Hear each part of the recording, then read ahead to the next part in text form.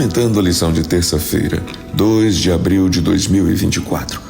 Um planeta envolvido na crise. Na antiga Roma, os hábeis escultores e os gravadores em pedra gravavam as palavras sine cera em seus trabalhos, simbolizando trabalho perfeito. Esses trabalhos de escultura eram vendidos por grandes somas de dinheiro na época. Segundo a história, havia alguns escultores que erravam as batidas com seus martelos e faziam nas esculturas buracos e linhas que se tornavam defeitos e inutilizavam as esculturas.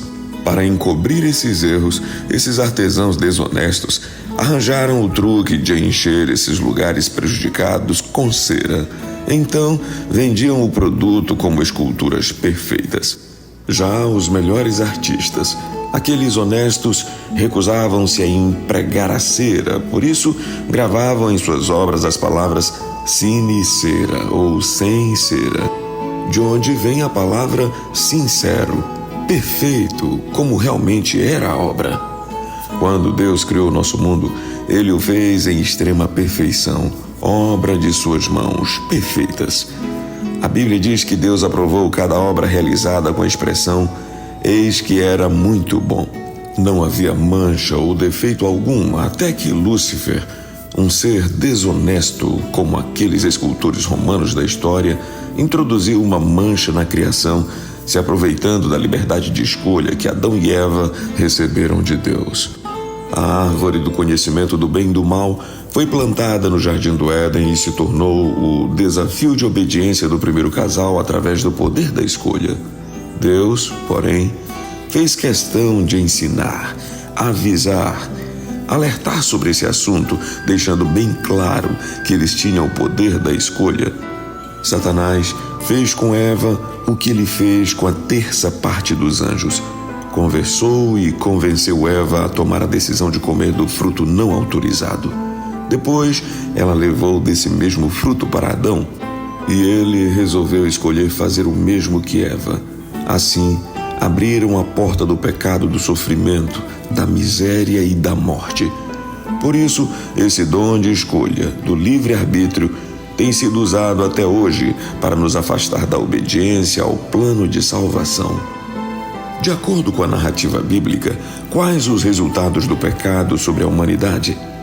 Leia Gênesis capítulo 3, versos 1 a 3, Romanos 3, verso 23 e Romanos capítulo 5, versículo 12. O que há nesses textos em comum?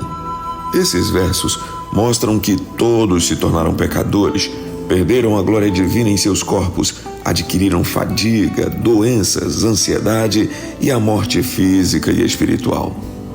Que resultados terríveis o pecado trouxe ao belo mundo criado por Deus em absoluta perfeição. Quanta alteração em ambos os cenários, no céu e na terra. O céu perdendo a terça parte dos anjos e na terra a perda do paraíso pelos nossos primeiros pais, o afastamento da presença divina e a culpa do pecado que agora os escravizaria, bem como a todo o planeta, mergulhado numa onda de deterioração crescente que alterava a natureza e todos os seres criados.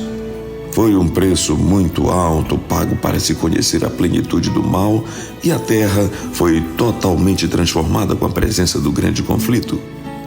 Alguns missionários estavam em uma aldeia num outro país em meio a uma guerra. De repente, uma bomba atingiu uma criança. Os missionários ficaram desesperados e chamaram o médico, pois a criança perdia muito sangue. O médico, apavorado, não conseguia estancar o sangue da criança, que acabou desmaiada de tão fraca que estava. Súbito, mais 2 homens caíram feridos junto aos missionários. Por que aquela guerra se iniciara? Por causa de um porco morto por um nativo de outra tribo em terra alheia. As consequências daquela guerra insana foi a perda de centenas de vidas, destruição de moradias, medo reinante em todos e as doenças advindas da exposição de cadáveres por muito tempo ao relento. Enfim, todos sofreram com o conflito. Foi o que aconteceu com o nosso mundo com a entrada do pecado, transformando a Terra no palco dessa guerra cósmica que nos afeta também. Que Deus nos abençoe.